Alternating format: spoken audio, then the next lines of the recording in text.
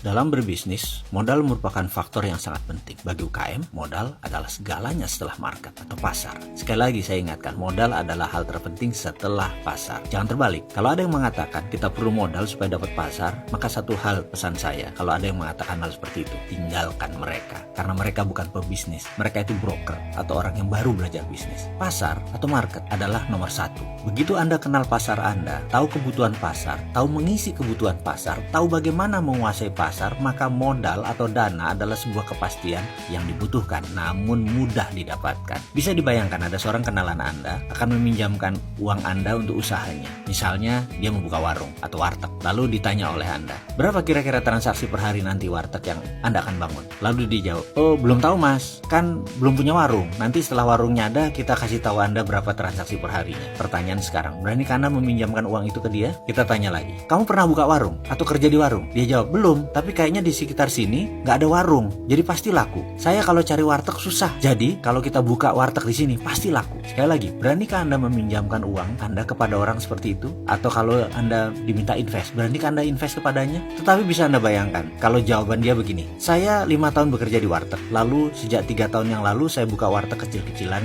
dengan paman saya di daerah Pamulang. Sudah jalan bagus, lalu saya sekarang ingin buka sendiri. Kebetulan ada lokasi bagus di sekitar Blok M. Karena di sana nggak ada warteg, ada tempat murah lagi kebetulan, dekat terminal lagi. Jadi saya mau ambil. Kebetulan juga supir angkot langganan kami yang di Pamulang itu kan bolak-balik Blok M Pamulang. Dia cari warteg di Blok M susah. Jadi karena itu saya mau buka di sana. Kebetulan saya punya modal separuh lagi saya perlu modal. Dengan penuturan seperti itu, akankah Anda invest kepada investasinya? Jawabannya pasti iya. Bahkan secara psikologi kejiwaan Anda siap rugi bergabung bisnis dengan dia. Kenapa? Karena dia sudah mengerjakan homeworknya, sehingga kepercayaan Anda atau trust Anda naik. Jadi walaupun rugi, Anda siap bersama dia. Baik, kita lanjutkan. Saya ingin memberi pelajaran tentang arti psikologi dalam berbisnis dalam video kali ini. Dalam aplikasi psikologi yang diterapkan dalam bisnis, banyak faktor yang akan kita bahas. Ada perilaku pasar, ada sifat pembeli, ada perilaku individual dalam organisasi, ada budaya perusahaan, ada social value atau nilai sosial, dan banyak ragam lain. Kita beri ilustrasi sederhana. Kita bayangkan dalam benak kita sekarang, Anda berada di daerah muslim. Sebuah toko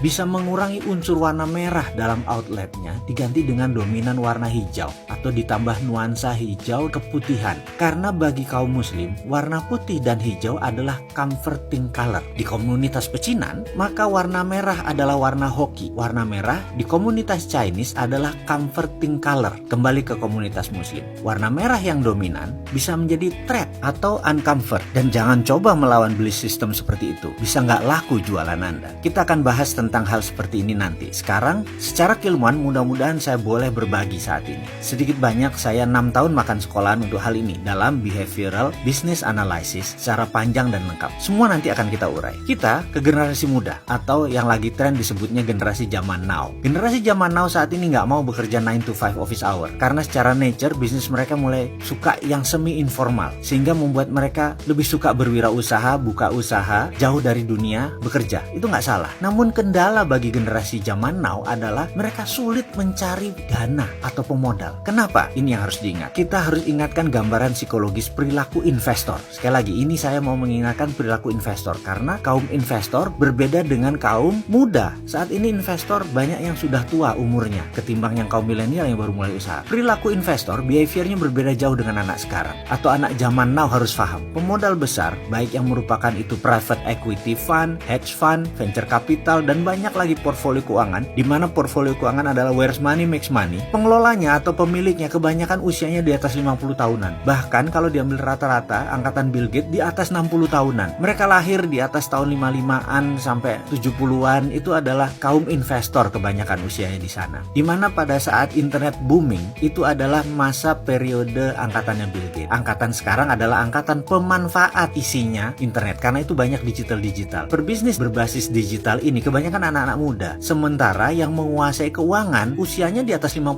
tahun. Para investor semua di atas 55 tahun. Sementara sekali lagi, ciri mereka bukan gadget minded. Sementara anak muda sekarang gadget minded. Sekali lagi, ini harus diperhatikan perbedaannya. Mereka masih merupakan manusia yang membutuhkan presentasi fisik, kehadiran fisik. Mereka masih memerlukan berhadapan dengan Anda. Mereka masih melihat bagaimana Anda di meja makan, bagaimana cara Anda berbicara dengan santai, apa topik pembicaraan Anda. Dari sana dia bisa melihat isi isi kepala Anda. Mereka masih memerlukan melihat langsung vibrasi Anda, getaran Anda. Mereka ingin melihat body language Anda. Mereka masih ingin bertatap langsung ekspresi wajah Anda. Mereka tidak pedulikan dengan presentasi yang mengkilat, yang keren. Mereka masih ingin melihat sepatu apa yang Anda pakai, jas apa yang Anda pakai, kepercayaan diri seperti apa yang Anda ingin munculkan. Itu masih penting buat generasi baby boomer. Sekali lagi, angkatan mereka, investor senior tersebut masih membutuhkan direct contact dengan Anda. Psikologi kejiwaan Anda, kematangan emosi Anda, kedalaman filosofi Anda, tentunya fire api di dalam Anda itu penting. Mereka ingin merasakan langsung. Disinilah kegagalan terbesar para pebisnis startup dalam mencari dana investasi. Disinilah kegagalan terbesar kaum milenial di dalam mencari dana untuk investasi. Kegagalan Anda para startup anak muda dalam meyakinkan investor, terutama gagal menunjukkan how bad you want to be sukses. Seberapa